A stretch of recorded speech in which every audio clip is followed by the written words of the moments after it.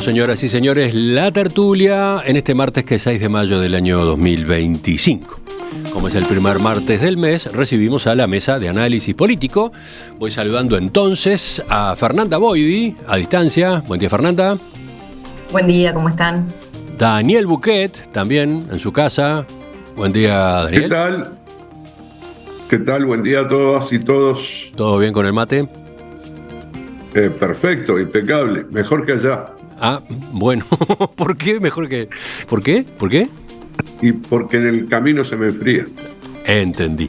Sigo ahora. Adolfo Fito Garcés, buen día. ¿Qué tal? ¿Cómo andan? Y Camila Ceballos, ¿cómo te va? Muy bien. Tenemos por lo menos un par de temas para charlar con ustedes, capaz que entran telegramas también. Vamos al primero. En Uruguay, la política a nivel local adquiere una dinámica particular que difiere en varios aspectos de la lógica que predomina en las elecciones nacionales.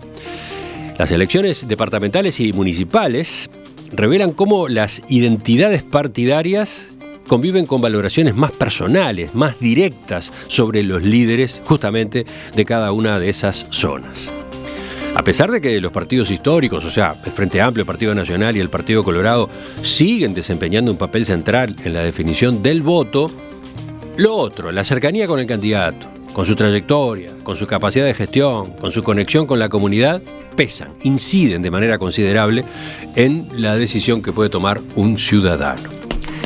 Y bueno, eso plantea preguntas varias. Yo voy a dejar dos acá, pero los dejo a ustedes. ¿Por qué vota la gente a nivel local? ¿Qué es lo que valora realmente de un líder, de un futuro gobernante ahí, en esa escala, la del territorio? ¿Quién empieza? Camila, ¿vas tú? Bueno, dale. En realidad, cuando estábamos conversando un poco afuera con Fito, estábamos diciendo que se termine el ciclo electoral de alguna manera, pero también por otro lado reivindicar la gimnasia electoral que tenemos y esa tradición tan interesante de ir a las elecciones, de ir a los comicios, de que estemos en campaña, etcétera, etcétera, etcétera. Lo que estamos viviendo en realidad son 19 campañas, ¿no? De distinta magnitud. Lo que sucede es que tenemos la cabeza tan montevideana o en términos de Canelones también, que perdemos de vista todas las idiosincrasias, las tradiciones y el movimiento que se produce en otros departamentos del país. ¿Por qué vota la gente? Es muy difícil saber cuáles son los intereses o deseos, voliciones que tiene cada uno de los ciudadanos en los 19 departamentos que se está compitiendo. Ahora, lo que sí sabemos es que desde que se aplicó la reforma del 96 para acá, y sobre todo de 2010 para acá, la lógica territorial ha impactado de alguna manera en las decisiones que toman los ciudadanos, ¿sí? Los ciudadanos o los electores uruguayos saben que están votando en cada una de las instancias y luchan porque eso se mantenga. A nivel local, lo que sucede es que sabemos bastante poco, a pesar de los grandes esfuerzos que se hacen desde nuestro departamento y otros departamentos de las universidades que están estudiando esto en nuestro país, sobre cuáles son las lógicas que imperan en las decisiones de los electores. Sí es necesario discutir de alguna manera, y lo puedo retomar después, ampliamente, si no necesitamos transparentar un poco más y con mayor precisión cuáles son los fundamentos que llevan a que un gobierno departamental con problemas, con mayor o menor nivel de aprobación, siga siendo electo, de distinto color político. Ahí pasa algo y nos tenemos que preguntar por eso, y bueno, podemos seguir después. Y tú te detuviste por ahora en el nivel intendencias, ¿no? Pero podríamos bajar al tercer nivel, al de los municipios. Y ahí es más interesante todavía. Claro, es más jugosa todavía. Es mucho más interesante y sabemos bastante menos, además, de los 127 alcaldes que se están disputando ahora. ¿Fernanda? Sí, coincido con lo que dice Camila. Tenemos, por un lado, está como este hastío en todo el mundo también, o en la mayoría de las personas, también en los electores, y por otro, la importancia de reivindicar una nueva instancia electoral. Y no sé, a mí me parecía que estaba bueno tomar este espacio de la tertulia para hacer zoom out, si se quiere, ¿no? Para tener una mirada un poquito más de arriba y alejarnos de la discusión que ha estado más presente en la agenda estos días de las carreras municipales, los candidatos y las chances de los partidos de retener las intendencias y demás. En ciencia política está este dicho de que toda la política es local, porque el nivel local es el nivel inmediato de incidencia en la vida de los ciudadanos. Y ese es uno de los argumentos a favor de tener una mayor descentralización político-administrativa, etcétera, y es uno de los argumentos que ha estado detrás de la reforma y la municipalización del Uruguay. Ahora, a mí me queda la duda de qué tan importante es esto para los ciudadanos, y como decía Camila, no tenemos muchos datos, y esta falta de datos a nivel local no es solo un problema del Uruguay, ¿sí? Buscando un poquito de evidencia para charlar hoy, veía artículos de Estados Unidos que empezaban a decir, bueno, lamentablemente hay poca información agregada sobre los determinantes del voto a nivel local, porque las elecciones locales no se llevan la mayor atención, siempre sucede que los estudios y los recursos se concentran a nivel agregado porque también los datos están disponibles más fácilmente, de modo más accesible allí. Ahora, está bien, toda la política es local, es necesaria y esto lo planteo no para una discusión ahora, sino que tal vez para dejarlo planteado para el futuro. Era, ¿qué tan necesarios son tantos niveles de gobiernos en un país tamaño / población como el uruguayo? ¿Qué pregunta? ¿No? O sea, ¿cuál debería ser el nivel más pequeño? Y los niveles pequeños que tenemos, además, que es el municipio. Para empezar, no todo el territorio está municipalizado, lo que es un problema. Porque hay ciudadanos que tienen al intendente como su figura local más cercana, y hay otros que tienen al alcalde. Ahora, las diferencias en las alcaldías son astronómicas. Solo dentro de Montevideo, que tiene los municipios más grandes y más homogéneos, si se quiere, en tamaño, vos tenés municipios como el A, que es el municipio del oeste de Montevideo, que tiene 207.000 personas y 140 kilómetros cuadrados, o sea, 1.400, una densidad de 1.400 habitantes por kilómetro cuadrado, o el municipio B, que es el que tiene menos población, que son 150.000, y 12.000 habitantes por kilómetro cuadrado. Entonces, esos municipios manejan realidades muy diferentes. Si te vas a Canelones, Las Piedras tiene 75.000 habitantes, y Juanico, que es un municipio nuevo, que es mi municipio, el municipio donde yo voy a estrenar voto a alcalde, es uno de los municipios nuevos que se generó en el periodo interelectoral, tiene 3.000 habitantes. Entonces, la realidad es tan distinta que no podemos pensar en qué cosas determinan el voto local, sino qué cosas determinan el voto local en los municipios urbanos altamente concentrados, qué cosas determinan el voto local en municipios predominantemente rurales o en municipios pequeños. Entonces, va a ser muy difícil pensar en un modelo que determine el voto a nivel municipal. Y ahí empiezan a tallar otras cuestiones que interactúan entre sí, ¿sí? La literatura dice que a nivel local los determinantes del voto suelen ser los mismos que a nivel nacional. La identidad partidaria, la saliencia de algunos temas y el perfil de los candidatos. Bueno, ¿qué tanto pesa cada uno? Bueno, yo tiendo a pensar que a nivel local bastante más los candidatos, cuanto más cercanos y más presentes sean. Pero otra vez, no es lo mismo un municipio de 200.000 personas que un municipio de 3.000. Uh-huh. De todos modos, de por medio están los partidos, ¿no? Está el filtro de los partidos, que una discusión que también se puede dar, si tiene sentido o no. Pero voy a escuchar a Daniel ahora. Bueno, sí, acá reportando desde el municipio B, aunque es el mismo de ustedes. ¿Estás en el municipio B y votás en el municipio B? Sí, voto enfrente. Te digo porque ese es uno de los problemas en Montevideo, ¿no? Que uno vive en un barrio y todavía tiene la credencial en otro municipio, ¿no? Te voy a explicar, por culpa tuya, no directamente tuya, pero tiene que ver con las elecciones y los medios de comunicación.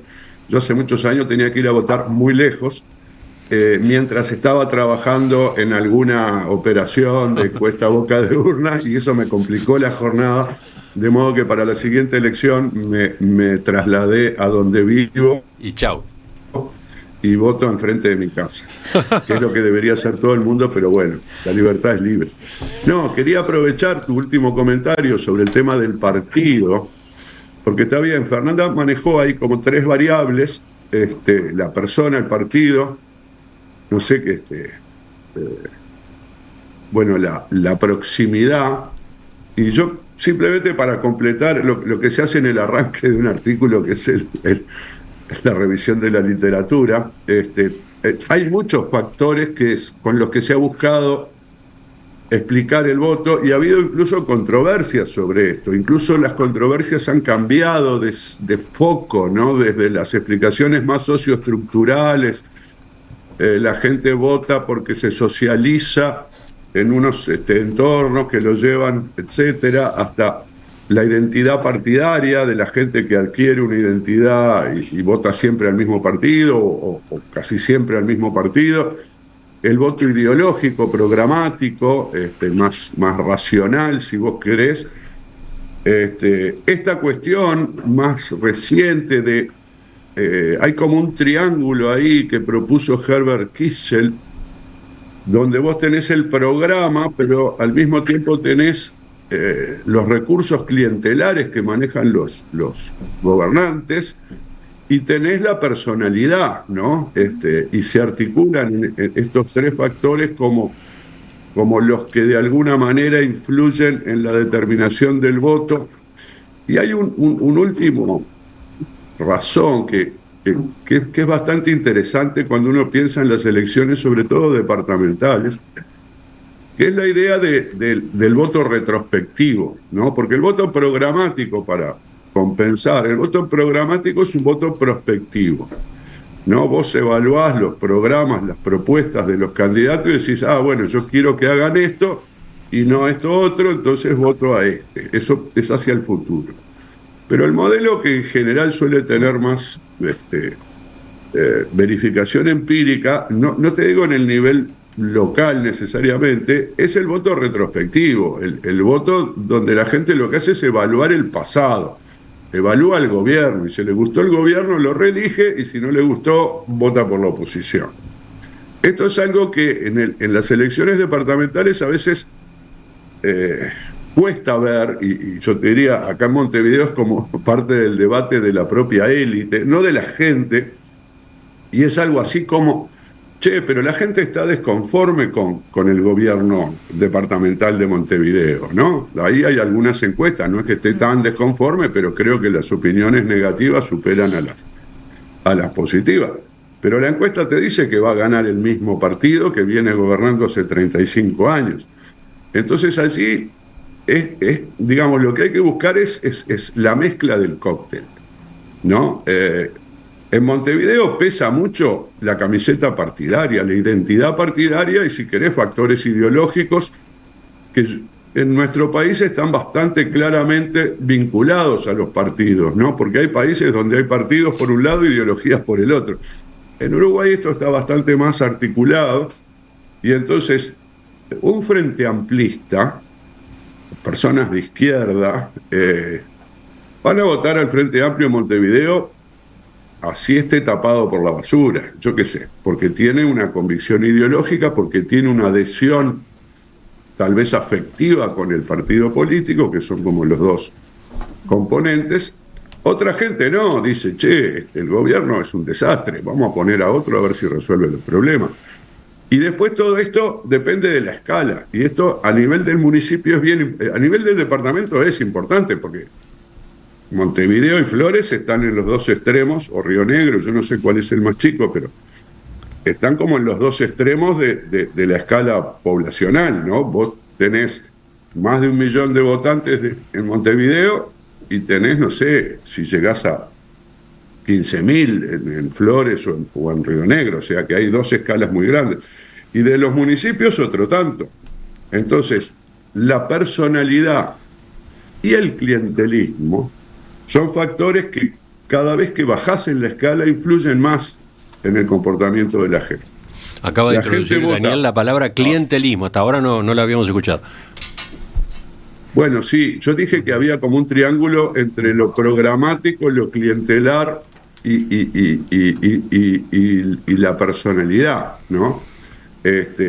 Donde la gente está cerca del gobernante, el gobernante puede hacer favores, gauchadas, ¿no? Como algún candidato usaba en la elección de hace 5 años, que la gente retribuye con su voto, ¿no?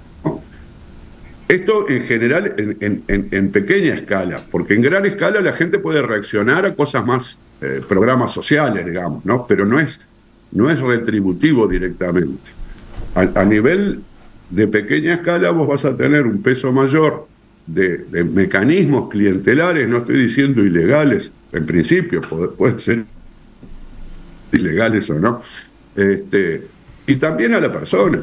Es decir, cuanto más baja es la escala, más probable es que los votantes conozcan personalmente a los candidatos, o a algunos de ellos, y son amigos o al contrario, o lo detestan, y bueno, la gente se pronuncia más en función de estas cuestiones vinculadas a la persona. Pero efectivamente hay un cóctel que en cada sitio tiene tal vez los mismos ingredientes, pero en distintas proporciones. Sigue Fito, que hasta ahora no habló. Cierto. A mí me alegra que las elecciones departamentales y municipales estén separadas de la elección nacional. Por más que canse, aburre, a mí me alegra. Entre otras cosas porque nos permite estar hablando todo este tiempo de los problemas de la política local, que son realmente muy importantes. Hay partidos cuyas gestiones están mal evaluadas, por ejemplo el Frente Amplio Montevideo, que probablemente, o casi seguramente, vuelva a ganar. Hay candidatos con tobilleras que van a ganar. Bueno, ya no tiene tobillera. Bueno. El candidato Besosi ya no tiene tobillera. No tiene tobillera. Hizo el 95% de la campaña electoral con tobillera y va a volver a ganar. Hay escándalos importantes en Artigas, muy importantes, ¿no? Y bueno, el partido, o mejor dicho, las candidaturas vinculadas a esos grandes escándalos en Artigas van a volver a tener respaldo de la ciudadanía. Hay casos de corrupción muy graves, yo diría, por todos lados, ¿no? O en demasiados lados. Tenemos problemas graves en el nivel local. Cuando digo local, entiendo departamental y municipal. No en vano, con Fernanda, hace 2 años, cuando hicimos 2-3 años, cuando hicimos todo el proceso de la máquina de aprender, Ángel Arellano y la gente de la Conrad, ¿no? Le pedimos a Antonio y a Ernesto, Antonio Cardarello y Ernesto Nieto, que tanto han aportado durante todo este tiempo a que entendamos un poco más nosotros, algunos de nosotros, lo que pasa a nivel local, que nos cuenten, que nos desarrollen dónde están los principales problemas de la política subnacional. Bueno, hay un gran capítulo ahí que tenemos, que solemos olvidar, hablando de clásicos. Daniel citaba a Herbert Kilchel. Bueno, solemos olvidar demasiado rápidamente que otro superclásico, Robert Dahl, cuando hablaba de poliarquía hace más de 50 años, decía, la poliarquía, las democracias reales, no solo hay que mirarlas por lo que ocurre a nivel nacional, sino por lo que ocurre a nivel subnacional. Están los dos niveles. No podemos hablar de poliarquía sin mirar lo que pasa a nivel subnacional. Y en Uruguay todavía no tenemos, creo yo, la suficiente, comprensión de la gravedad de los defectos de la política a nivel subnacional. ¿Tenemos mala calidad democrática, decís tú, a nivel departamental? Sin duda. Lo que pasa a nivel departamental es grave. Es decir, los intendentes o el partido del intendente corren con ventaja siempre. Antonio calculaba que el 62-63% de los intendentes que van por la reelección son reelectos. Traduzco, Antonio Cardarello. Antonio Cardarello, querido colega, ¿no? ¿Es porque son tan buenos? Seguramente sean buenas personas. Algunos lo conozco, otros no. No. Es simplemente porque lo que no funciona es la oposición. Para redondear y para poder seguir charlando entre todos, yo si tuviera que sintetizar diría, lo que le falta a los gobiernos departamentales es oposición. Si Dahl estuviera vivo y lo trajéramos acá a Uruguay, diría, miren muchachos, en el nivel departamental lo que ustedes no tienen es uno de los 2 ejes con los que definimos poliarquía. Definimos poliarquía por fortaleza de la oposición y por intensidad, si ustedes quieren, o volumen de la participación. No hay oposición, o las oposiciones son muy débiles, y por lo tanto, yo no sé, no es que el Frente vaya a ganar en Montevideo porque la gente es frente amplista, porque en realidad lo que sabemos es que el 50-60% de la gente tiene una camiseta puesta. Camiseta puesta, 50-60% de la gente. Es porque no hubo oposición. Y pasa lo mismo en Artigas, y pasa lo mismo en Cerro Largo, y pasa lo mismo en tantos en tantas partes del Uruguay. Ahí abrimos otra discusión. Y lo que diría, ¿Por qué no hay oposición, no? Porque el diseño institucional está mal. Por la mayoría que le otorga al oficialismo, claro, la Constitución en la Junta. Claro. De eso estás hablando. Es una parte muy importante. Para mí el gran problema del nivel departamental y también del tercer nivel de gobierno es un problema de carácter institucional. El problema no son las personas, el problema no son los partidos, es un problema de diseño institucional. Los intendentes, ¿por qué hay más corrupción en el nivel local y en el nivel departamental que en el nivel nacional? Creo yo. Porque los intendentes tienden a creer que son invisibles. Vuelvo a citar a Dal y termino. Si Dal estuviera vivo y lo trajéramos acá, capaz que lo que nos diría es, en el nivel municipal, capaz que el problema no es tanto la carencia de oposición. Capaz que nos diría, no, en el nivel local capaz que lo que pasa es lo que falla es la participación. Al menos en las grandes ciudades. Quiero ver cuánta gente va a votar este domingo, ¿no? Consejos municipales. Nos vamos a agarrar la cabeza. Y la mayoría de los municipios están en las grandes ciudades, en la zona metropolitana. Así que tenemos problemas serios y ojalá el año que viene, que se cumplen los 30 años de la reforma del 96, tengamos una larga discusión sobre qué es lo que hay que cambiar. Bueno, ya escuchamos a los cuatro con intervenciones individuales así cómodas. Vayamos ahora a una cosa picoteo. más picada. A una Camila. más picada. Ahora que estaban hablando de clásicos, una de las cuestiones que definen la democracia es la incertidumbre, ¿no? Y creo que algo que no vamos a tener mucho, a no ser en algunos departamentos, es incertidumbre. Entonces el lunes cuando nos levantemos vamos a tener un mapa electoral bastante parecido, un mapa político muy parecido al que tenemos hoy. Y eso, por definición, desestimula la participación, ¿no? A no ser donde hay territorios muy picados, no sé, Río Negro, por ejemplo, que se pueda picar bastante, ahí hay un incentivo claro para que el ciudadano vaya, defina, quiera tomar un partido en ese escenario. Lo que pasa es que me parece que también nos estamos enfrentando a un tema que es muy común a otros países, que si bien es verdad que nos falta información sobre datos empíricos concretos, antes de venir para acá estaba leyendo un documento que habían elaborado unos colegas sobre la corrupción en los niveles subnacionales en México, ¿no? Mirá. Entonces se preguntaban qué era lo que llevaba a eso y cuáles eran las dos características sustantivas que tenían y que creo que deberíamos empezar a discutirla con mayor responsabilidad, es la opacidad y la informalidad en las prácticas. Y eso hace que, sobre todo en distritos muy pequeños, los municipios, cuando vos sos opaco en tu gestión, sos informal en los vínculos, algo que Buquet decía hace un ratito que puede denominarse corrupción, bueno, no sea condenable porque todos formamos parte de eso. Entonces, si todo el sistema político a nivel local de alguna manera conforma eso, ¿cuál es el costo o qué incentivos tienen los partidos o los actores que no forman parte de eso de denunciarlo?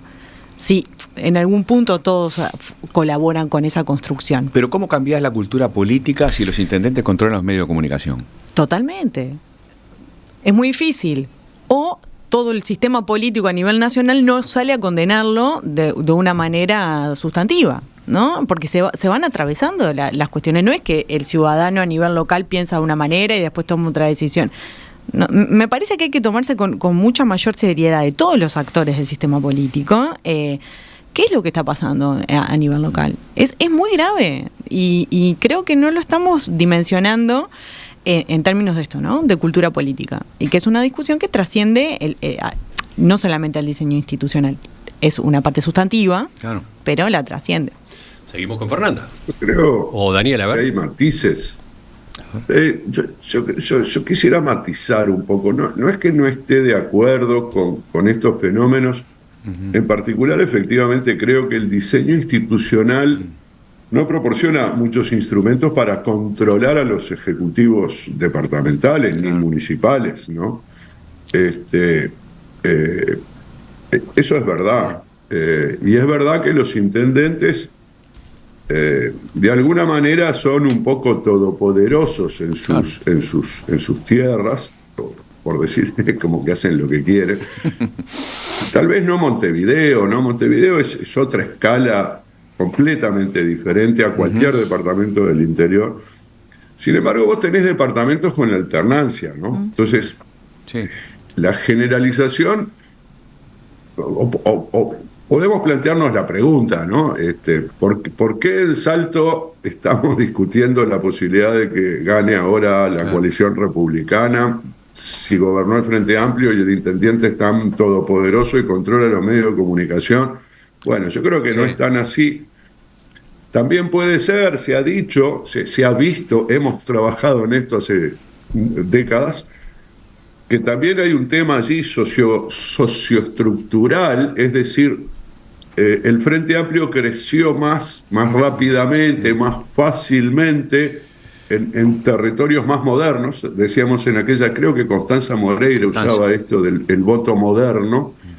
Entonces, claro, obviamente en Montevideo, pero ¿dónde ganó? Bueno, Salto, Paysandú, ¿no? Grandes ciudades del interior, Maldonado, más modernas que, yo qué sé, Cerro Largo, Tacuarembó, Durano, por decir algo.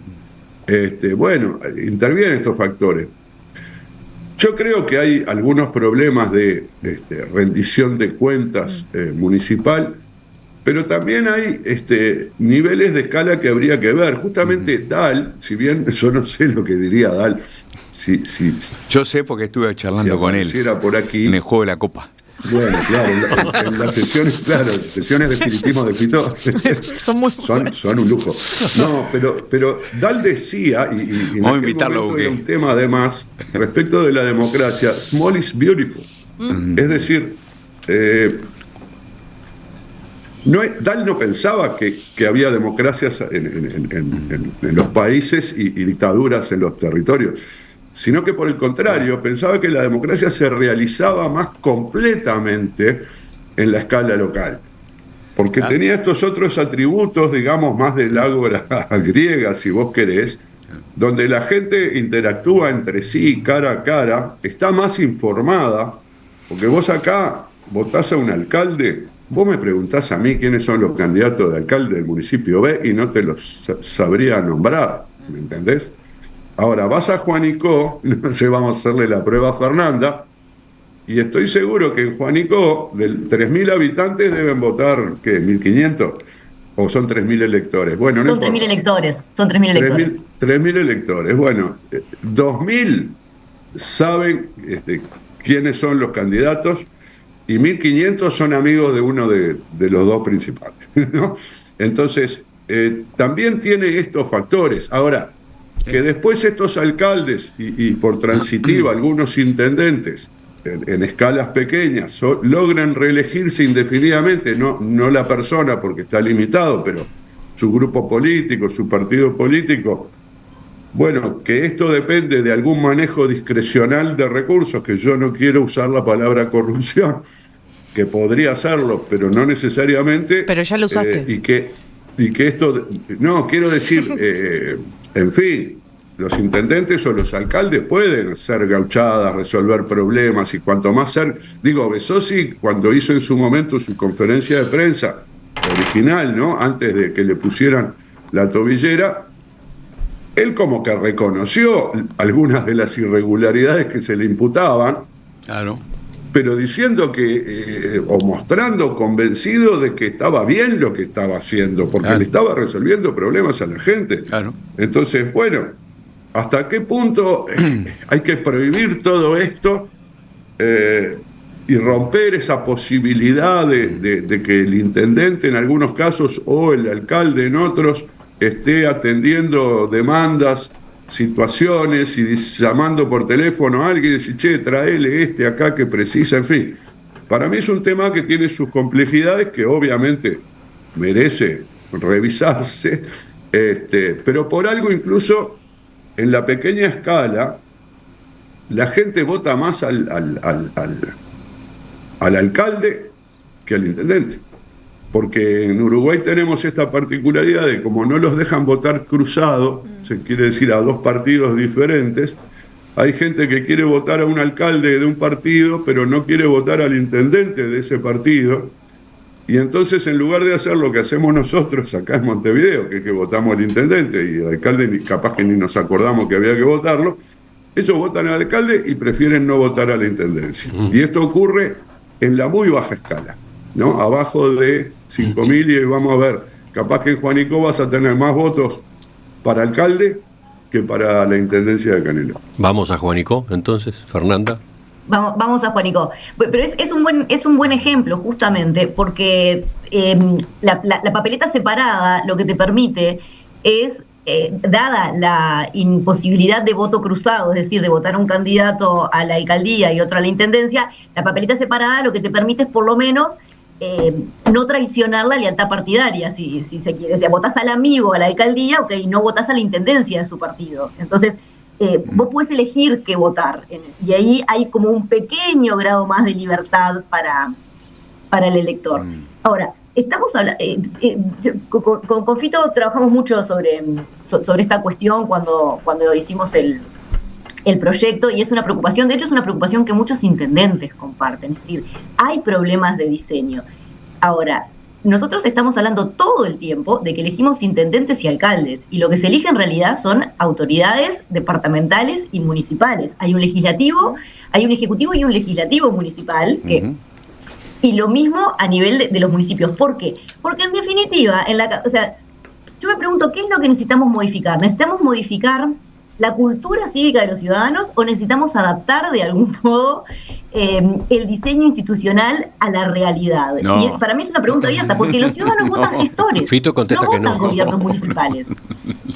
No. Hay que cambiar la cultura política, desde luego. No puede ser que la gente naturalice la gauchada fuera de la ley. No estoy hablando de la gauchada. La gente lo que necesita o lo que pide es que le solucionen el problema. Y dentro de las normas, macanudo. Hay un montón de espacios grises. Entonces yo creo que el diseño actual es muy problemático. Vos no podés tener un legislativo de peso que es honorario. O sea, claro, es muy complejo. Entonces, o te vas en serio a ese lado, decir, bueno, tenés legislativos departamentales que funcionan como contrapeso, ¿sí? Que es una de las funciones esenciales del legislativo y demás, o rediseñás por completo cómo se hace la gestión a nivel local. Mirá, Buquet. Pero es para tu reforma constitucional del año que viene, Fito. Mirá, Buquet, no lo vamos a resolver. En el juego de la Copa invité también a Montesquieu. Y está más enojado todavía que Robert Dahl, te puedo asegurar. ¿Vuelve a decir por la división de poderes? Exactamente. Sí, pero habría que considerar, es cierto, digamos, el diseño institucional no le da muchos espacios de contralor al ejecutivo departamental, ¿no? El municipal es distinto, no es porque tenga mucho contralor, sino porque tiene muchos menos recursos, o depende muchas veces del nivel superior. Pero por otro lado, pensemos nosotros que nuestros gobiernos departamentales tampoco son las poderosas provincias argentinas. Claro. Es decir, el intendente no tiene policía, para empezar, porque vos decís, bueno, controlan los medios locales. Bueno, ¿cómo los controlan? Bueno, es mucho decir que controlan, pero pueden influir a través de muchos mecanismos, entre otros a través de la publicidad oficial, desde luego. No cuentan con un aparato represivo. No. No tienen a su cargo la educación ni la salud. Claro. O sea, las principales políticas sociales no están a cargo de las intendencias. Entonces, bueno, hay un juego de atribuciones que efectivamente funcionan en términos de capacidad de manejo territorial de las intendencias, pero que, bueno, a ver, no funcionan siempre, ¿no? Y algunos intendentes y algunos partidos han perdido el gobierno de sus departamentos. Che, charlando con Ceci Rocha, charlando por ejemplo, con la calle Herrera, el año pasado, para el libro Politólogos para qué, la calle Herrera nos decía una cosa muy interesante, nos decía, ha cambiado mucho la política desde que los diputados no pueden hacer gauchadas. Él nos contó que, por ejemplo, que él tenía su libretita en donde iba anotando las demandas de la gente, iba tratando de tramitarlas. Emiliano, vos lo comentaste, me acuerdo, en algún momento. Sí. Hablando del libro. Fue muy directo. Impresionante. ¿No? ¿Y qué dijo? ¿Y qué agregó? Dice, ahora el papel que antes jugábamos los diputados, lo juegan los intendentes, que se han transformado en figuras, después del presidente de la República, en las figuras más importantes, ¿no? Las que tienen más poder de este país. En fin. Y no lo decía satisfecho con esa situación, claro, al revés, cuestionaba esa situación. Usó la expresión señores feudales, la calle Herrera. Para hacer el reconocimiento que se merecen nuestros colegas Aldo Guerrini y María Elena Laurnaga. Cierto. Allá en aquellos años donde nosotros estábamos terminando la carrera, tuvieron la lucidez de detectar este cambio en la práctica, ¿no? En realidad esto ocurrió en los años 60, básicamente como consecuencia de la reforma constitucional del 66, que reacomodó un poco los incentivos para cortar con aquel Uruguay clientelar que ya no eran ni los alcaldes ni los intendentes.